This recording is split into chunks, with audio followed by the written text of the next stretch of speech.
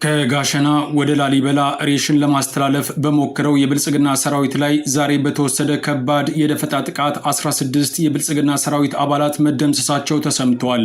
በደጋዳሞት ላይ ከብልጽግና ሰራዊት ጋር የሚደረገው ትንቅንቅ የቀጠለ ሲሆን 12ኛ ክፍል ተፈትነው በመመለስ ላይ የነበሩ ተማሪዎችን የብልጽግና ሰራዊት ወታደራዊ ጋሻ ሊያደርጋቸው መሞከሩ ደግሞ ውግዘትን አስተናግዶበታል። በዛው ጎጃምም የሚሊሻ አባላት በተከፈተባቸው ጥቃት ቆስለው ወደ ደብረ ማርቆስ ሪፈራል ሆስፒታል ተወስደዋል። ሙሉ መረጃውን የምትሰሙት ይሆናል። በአዲስ አበባ ነገ የተጠራው ሰልፍ ከወዲሁ በቃላት ጦርነት መታጀቡን እንደቀጠለ ነው። ገብሩ አስራት አብይ አህመድ ካልፈጠነ ህወሓት ሀገሪቱን ማፈራረሱ አይቀሬ ነው ሲሉ ተደምጠዋል። እንደ አዛውንቱ ፖለቲከኛ እምነት ህወሓት አሁን የሚመጣው ደብረ ሲና ደርሶ ለመመለስ ሳይሆን ሀገሪቱን ለመበታተን ነው፣ ስልጣንም አይፈልግም ብለዋል። ህወሓት በበኩሉ የአብይ አህመድ እቅድ የትግራይ ህዝብ ጠየቀ ብሎ ወደ ትግራይ ለመምጣት ነው ሲል ሰልፈኞቹን አስጠንቅቋል። ሙሉ መረጃው በሰዓቱ ይቀርባል። ቀድሞ የትግራይ ፕሬዝዳንት ታደሰ ወረደ በቁም ስር ላይ ናቸው ተብሎ እንደሚታመን ቢቢሲ ዘግበዋል። የጀነራሉ ቤተሰቦች ነገሩ አላማረንም ሲሉ ስጋታቸውን ለጣቢያው የገለጹ ሲሆን የአሜሪካ አምባሳደር መቀሌ ከመጡ በኋላ ደግሞ ውጥረቱ ማየሉን ተናግረዋል። ታደሰ ወረደ ለምን አልወጡም ወይንም መውጣት ካልፈለጉስ ለምን አልፈለጉም የሚለው ጥያቄ እንደቀጠለ ነው። በአሜሪካ የተካሄደው የ2020 ምርጫ ላይ ቻይና እጇን አስገብታለች ሲሉ ትራምፕ ከሰዋል። ፕሬዝደንቱ ይህን ቢሉም የደህንነት ተቋማቸውና ራሷ ቻይና በቂ ማስረጃ የለም ሲሉ ምላሽ ሰጥተዋል። የትራምፕ ንግግር ከዲሞክራቶች ትችትን አስተናግዷል። አሁን በቀጥታ ወደ ዝርዝሩ አልፈናል።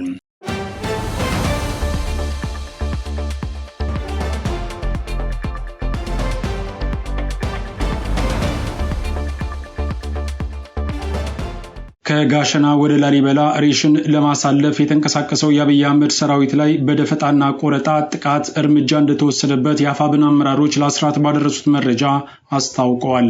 በሌላ በኩል ጎጃም ላይ 12ኛ ክፍል ተፈትነው ሲመለሱ የነበሩ ተማሪዎች የብልጽግና ሰራዊት ወታደራዊ ጋሻ አድርጓቸው ከፋኖ ጋር ተፋጦ እንደዋለም ተሰምተዋል። የአማራ ፋኖ ብሔራዊ ንቅናቄ አፋብን ወሎ ቤተ አማራ ሚኒሊክ እዝ 303ኛ አሳምነው ኮር 19ኛ እሸት ክፍለ ጦርና 16ኛ ነብሮ ኮማንዶ ብርጌድ በጋራ በመቀናጀት ከጋሸና ላሊበላ ሬሽን ለማስተላለፍ በተንቀሳቀሰው የብልጽግና ጦር ላይ የተሳካ አካላዊና ቁሳዊ ኪሳራ አድርሶበታል ተብሏል።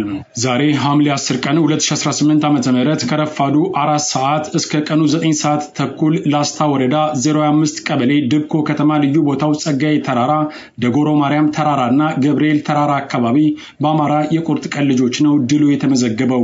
ከወደ ላሊበላ በኩል በስተጀርባ በመጣው የብልጽግና ኃይል ላይ ቦታ በመዝጋትና ምሽጉ ላይ እንዳይንቀሳቀስ በማድረግ የ21ኛ ተከዜ ክፍለ ጦር 2ኛ ሻለቃ ተሳትፈው ግዳጃቸውን በሚገባ ተወጥተዋል። በነበረው አውደ ውጊያም 16 የብልጽግና ሰራዊት አባላት ወዲያውኑ ህይወታቸው ሲያልፍ ከ20 በላይ ቁስለኛውን ይዞ ወደ መጣበት መመለሱን አስራት የደረሰው መረጃ አረጋግጧል። በሌላ በኩል በጎጃም ከብልጽግና ሰራዊት ጋር የሚደረገው ፍልሚያ የቀጠለ ሲሆን ዳጋዳሞት ግንባር በተካሄደው ውጊያ በአራት አቅጣጫዎች ለማጥቃት ሞክሮ ከወደ ፋኖ በተወሰደበት የጸረ ማጥቃት እርምጃ የተሽመደመደው ያገዛዙ ጦር 12ኛ ክፍል ብሔራዊ ፈተና ተፈትነው ወደ ቤተሰቦቻቸው በመመለስ ላይ የነበሩ ተማሪዎችን በማገት ወታደራዊ ጋሻ አድርጓቸው እንደዋለም ተሰምተዋል።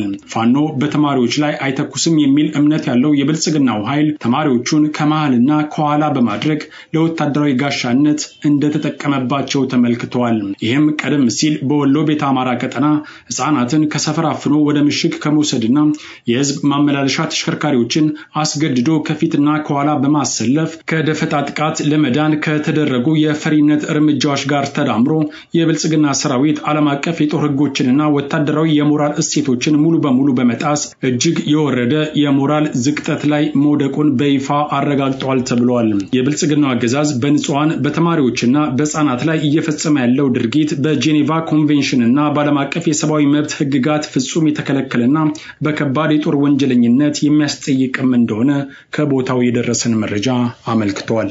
ከዚሁ ከጎጃም ሳንወጣ ደግሞ ፋኖ በፈጸመው የሰርጎ ገብ ኦፕሬሽን 4 የሚሊሻ አባላት ከፍተኛ ጥቃት እንደደረሰባቸው ተሰምቷል።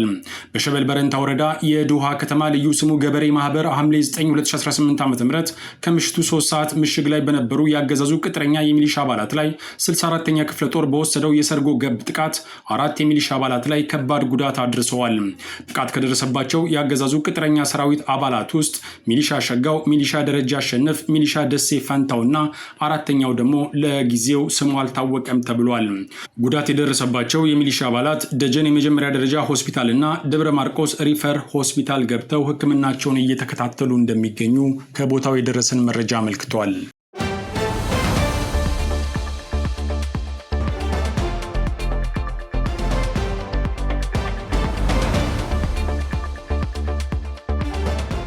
በነገው ዕለት የጌታቸው ረዳ ቡድን አዲስ አበባ ውስጥ የጠራውን ሰልፍ ተከትሎ በህወሓትና በብልጽግና አገዛዝ መካከል ተፈጥሮ የነበረው ውጥረት እንደ አዲስ አገርሽቷል።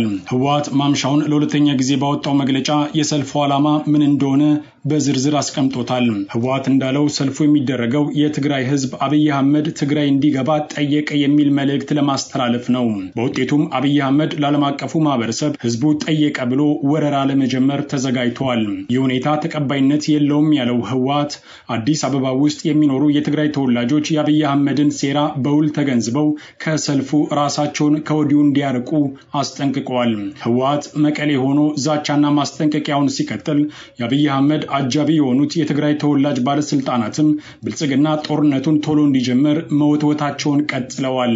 የቀድሞ የትግራይ ፕሬዝዳንት ገብሩ አስራት ህወሓት አደገኛ ሴራ እየጠነሰሰ መሆኑን አስታውቀው የአብይ አህመድ አገዛዝ ሳይቀደም ይቅደም የሚመስል ማስጠንቀቂያቸውን ሰጥተዋል። ገብሩ አስራት እንደሚሉት ህወሓት ዝግጅት እያደረገ ያለው ከዚህ ቀደም እንዳደረገው ሁሉ ደብረ ሲና ደርሶ ለመመለስ አይደለም ሲሉ ሐሳባቸውን ቀጥለዋል። አዛውንት ፖለቲከኛ ህወሓት ስልጣን እንደማይፈልግ ገልጸው ከዛ ይልቅ የአብይ አህመድ አገዛዝን አባሮ ኢትዮጵያን መበታተን ዋና ዓላማው እንደሆነ እወቁት ብለዋል። ጦርነት የሚጀምረው ከቃላት ነው እንዲሉ ሁለቱ የጥፋት ኃይሎች የቃላት ጦርነቱን አገባደው አሁን ደግሞ ሰልፍ ፉከራ ላይ የተሸጋገሩ ይመስላል እየተባለ ነው። ከአዲስ አበባ ሰልፍ በኋላ ህወሓትም መቀሌ ውስጥ ሰልፍ መጥራቱ አይቀሬ ነው የሚሉት ፖለቲካዊ ታዛቢዎች ነገሩ ወደ 2013ቱ ቀውስ የተሸጋገረ ይመስላል ባይ ናቸው። እና አብይ አህመድ ምክክር ብለው ህዝቡን በማይመስል ተስፋ ለማስቀመጥ ቢሯሯጡም በተግባር ያለው ሁኔታ ግን ሀገሪቱ ከውስጥም ከውጭም በጦርነት መታመሷ አይቀሬ መሆኑን የሚያመለክት ተደርጎም ተወስደዋል።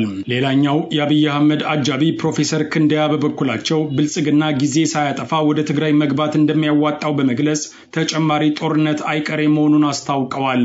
በመሃል አዲስ አበባና ትግራይ ያሉ የክልሉ ተወላጆች ግራ የተጋቡ ሲሆን እንደያሉበት ቦታ ሁሉ ያለውን አገዛዝ የመደገፍ ግዴታ ተጥሎባቸዋል ይባላል። እነ ጌታቸው ረዳ የነገው ሰልፍ ምክንያት በትግራይ የተጀመረው አስገዳጅ ወታደራዊ ምልመላ ለማውገዝ ነው ቢሉም ሁሉንም ነገር ቀድሜ አውቀዋለሁ የሚለው ህወሓት ዓላማቸው ጦርነት መጀመር ነው ብሎታል። የነገው ሰልፍ ሌሎች መፈክሮች ለጊዜው ባይታወቁም ህወሓትን ክፉኛ የሚያወግዙና አብይ አህመድን የሚያወድሱ ሊሆኑ እንደሚችሉ ግን ተገምቷል።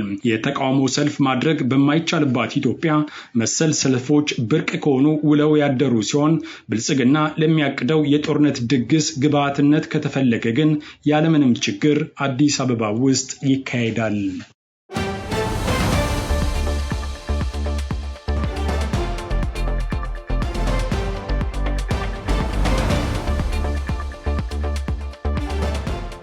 የቀድሞ የትግራይ ፕሬዝዳንት ጀነራል ታደሰ ወረደ ካለፈው ረቡዕ ጀምሮ በቁም እስር ላይ ይገኛሉ ተብሎ እንደሚታመን ቢቢሲ ዘግበዋል። ቤተሰቦቻቸው በበኩላቸው ጀነራል ታደሰ ያሉበት ሁኔታ ጥሩ እንዳልሆነ በመግለጽ የወደፊት እጣ ፋንታቸው አሳሳቢ ለመሆኑ መብቃቱን ለቢቢሲ ምንጮች መግለጻቸውን ጣቢያው አትተዋል። በፕሪቶሪያው ስምምነት መሰረት የተቋቋመውን የትግራይ ጊዜያዊ አስተዳደር ለአንድ ዓመት ሲመሩ የነበሩት ሌተናል ጀነራል ታደሰ ወረደ ከስልጣን ከተወገዱ ወዲህ ስለሚገኙበት ሁኔታ የሚያብራራ የሚያብራራ ተጨባጭ መረጃ ባይወጣም ነገሩ ግን አሳሳቢ እንደሆነ ታውቋል ተብሏል። ጀነራል ታደሰ ወረደ ለመጨረሻ ጊዜ መልእክት ያስተላለፉት ህወሓት ችግሩ በውይይትና የጋራ መግባባት እንዲፈታ የቀረበውን ጥሪ ወደ ጎን ትቷል የሚል ወቀሳ የነበረ ሲሆን ለቀጣይ ቀውስ ህወሓት ኃላፊነቱን ይወስዳል ሲሉም ደምድመው ነበር። ይህንን የመጨረሻ መልእክታቸውን ካስተላለፉ በኋላ ግን በምን ሁኔታ እንደሚገኙ ቢጠየቅም መልስ አልተገኘም ተብሏል። ሌተናል ጀነራል ታደሰ በስልጣን ላይ ሳሉም ሆነ እንደ ወታደራዊ ኃላፊነታቸው ብዙ የስራ ጫና ስለነበረባቸው ከዚህ ቀድሞ ብዙ ጊዜ ወጥተው ይንቀሳቀሱ እንዳልነበር ቢቢሲ አስታውሰዋል።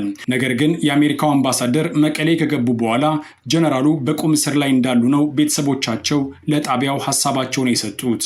ሚያዝያ 30 ከስልጣናቸው ተነስተው በህወሓት ሊቀመንበር ዶክተር ደብረጽዮን እንደተተኩ ከተገለጸ በኋላ ወደ ፕሬዝደንቱ ጽህፈት ቤት ሄደው እንደማያውቁና ከክልሉ አስተዳደር ጋርም ምንም ግንኙነት እንደሌላቸው ቤተሰቦቻቸው ጨምረው አስታውቀዋል።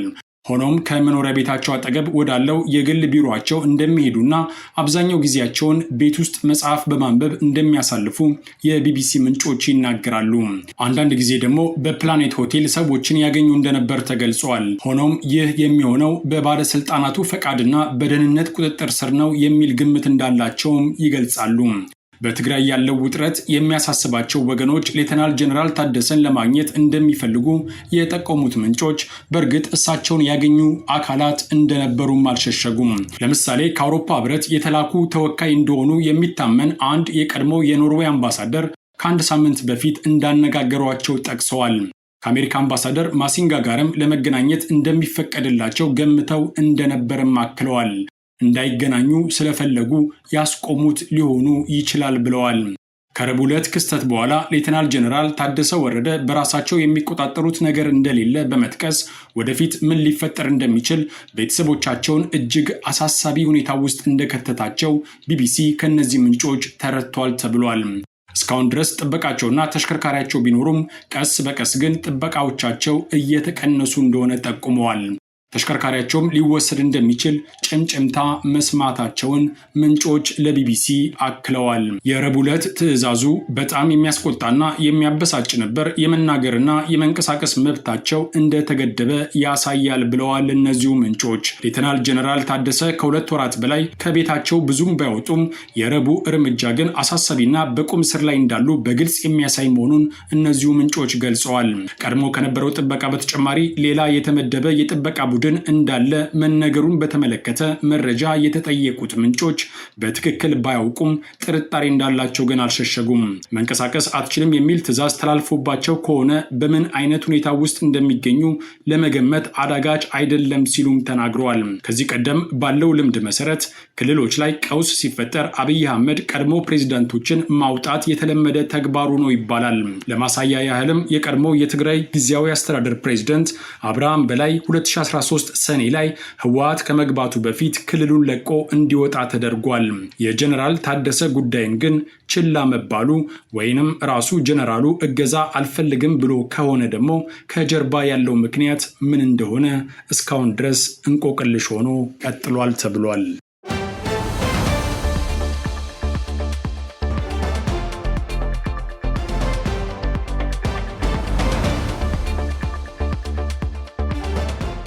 የአሜሪካው ፕሬዝዳንት ዶናልድ ትራምፕ ቻይና በ2020 ምርጫ ጣልቃ እንደገባች እንዲሁም በአሜሪካ የድምፅ መስጫ ስርዓቶች ውስጥ አስደንጋጭ ተጋላጭነቶች መኖራቸውን ተናግረዋል። ሐሙስ ዕለት በዋይት ሃውስ መግለጫ የሰጡት ፕሬዝዳንቱ ከዚህ ቀደም የቀድሞ ፕሬዝዳንት ጆ ባይደን በተሸነፉበት የ2020 ምርጫ ላይ የምርጫ ማጭበርበር እንዲሁም የውጭ ጣልቃ ገብነት እንደተፈጸመ ሲናገሩ ቆይተዋል። ፕሬዝዳንቱ የሚያነሷቸው እነዚህ ክሶች ተጨባጭ ማስረጃ ያልቀረበባቸው ቢሆኑም ግን ንግግራቸውን እንደቀጠሉ ናቸው። ትራምፕ የአሜሪካ የግማሽ ስልጣን ዘመን ምርጫ ሊካሄድ 3 ወራት ሲቀሩት ያሰሙት ይህ ንግግር ለ1 ሰዓት የዘለቀ ነው ተብሏል። በመግለጫቸው ቻይና በ2020 ምርጫ ባይደን እንዲያሸንፉ ሰርታለች የሚለውን ክሳቸውን ለመደገፍ በመቶዎች የሚቆጠሩ ሚስጥራዊ የስለላ ሰነዶችን ይፋ አድርገዋል። የአሜሪካ የስለላ ማህበረሰብ ከዚህ ቀደም ቻይና ጣልቃ አልገባችም የሚል ድምዳሜ ላይ ደርሶ እንደነበረም አይዘነጋም። ትራምፕ ከበርካታ ከፍተኛ ኃላፊዎቻቸው ፊት ለፊት ሆነው በሰጡት መግለጫ ላይ ጋዜጠኞች ጥያቄ ማቅረብ አልተፈቀደላቸውም። ፕሬዝደንቱ ቻይና ግላዊ መረጃዎችን ጨምሮ የ220 ሚሊዮን መራጮችን ሰነድ በህገወጥ መንገድ አግኝታለች ሲሉም ከሰዋል። በ18 ግዛቶች ውስጥ የሚገኝ የመራጮች መረጃ በቻይና ተገዝቷል፣ ተሰርቋል ወይም ተመንትፏል ያሉት ትራምፕ ማስጠንቀቂያውን የማሰማት ኃላፊነት የነበረባቸው አካላት ግን ስለ ጉዳዩ የደረሱበትን ለመንግስት ባለስልጣናት ወይንም ለኮንግረስ ይፋ አላደረጉም ሲሉ ከሰዋል። በተጨማሪም አሜሪካ የድምፅ መስጫ ማሽኖች እንደ ሩሲያ፣ ቻይና እና ኢራን ላሉ የውጭ ጠላቶች ጣልቃ ገብነት በከፍተኛ መጠን የተጋለጡ መሆናቸውንም ተናግረዋል። ትራምፕ ቻይና የምርጫ ስርዓቶችን ለመቀየር ወይም በምርጫ ውጤት ላይ ተጽዕኖ ለማሳደር በህገወጥ መንገድ የሰበሰበችውን መረጃ ትጠቀማለች ለሚለው ንግግራቸው ማስረጃ አላቀረቡም። ዋሽንግተን የሚገኘው የቻይና ኤምባሲ ስለዚህ ክስ ለዜና ወኪሉ ሮይተርስ በሰጠው ምላሽ ቤጂንግ በፕሬዝዳንታዊ ምርጫዎች ውስጥ በጭራሽ ጣልቃ አልገባችም፣ ወደፊትም አትገባም ብለዋል። ቢቢሲ የቻይና የውጭ ጉዳይ ሚኒስቴርን አስተያየት ለማግኘት ጥያቄም አቅርበዋል። ዲሞክራቶች በበኩላቸው ትራምፕ በመጪው ህዳር የሚካሄደውና በቀረው የስልጣን ዘመናቸው የኮንግረስ ቁጥጥር ማን እጅ ላይ ይወድቃል የሚለውን የሚወስነው የአጋማሽ ዘመን ምርጫ ላይ ጥርጣሬ ለመዝራት እየሞከሩ ነው ሲሉ ከወዲሁ ከሰዋል። ሴኔት ውስጥ ታዋቂ ዲሞክራት የሆኑት ቸክ ሹመር ከትራምፕ ንግግር በኋላ በማህበራዊ ገጻቸው ላይ ባጋሩት ጽሑፍ ግልጽ እንሁን፣ በአሜሪካ መራጮች መሪዎቻችን ይመረጣሉ እንጂ መሪዎች መራጮችን አይመርጡም ብለዋል።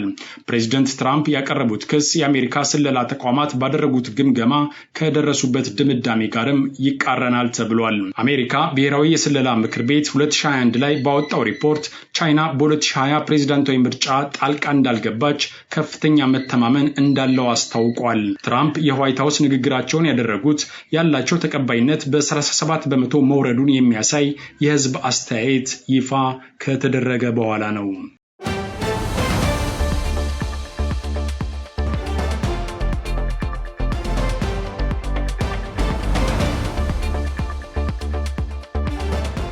ከአስራት ብሮድካስቲንግ ሰርቪስ ለዕለቱ የነበረን ዜና ይህን ይመስል ነበር። አብራችሁን ስለነበራችሁ ከልብ እናመሰግናለን። በያላችሁበት ሰላም